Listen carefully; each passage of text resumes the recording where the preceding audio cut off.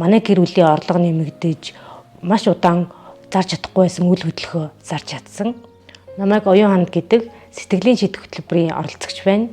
Хөтөлбөрт суухаас өмнө би маш их мөнгөний блоктэй, айдастай, гомдолтой, харамсалтай гэх мэт сөрөг мэдрэмжүүд ихтэй байсан.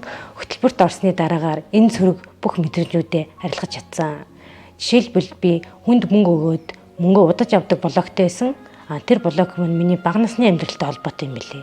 Учир юу вэ гэвэл би хөдөө өвөөгийнт 3 сар эцэг эхээс хол хаягдчихсэн. Тэр үедээ би эцэг эхээ маш удаан хүлээдэг байсан. Тэр хүлээлтийн мэдрэмж маань намайг хүнд мөнгө өгөөд удаж авдаг тийм хүлээлтийн блоктой болгосон юм билээ. Өөрийнхөө мөнгөний блокийг арилгаад ирэхээр мөнгөний урсгал нэгддэг юм байна.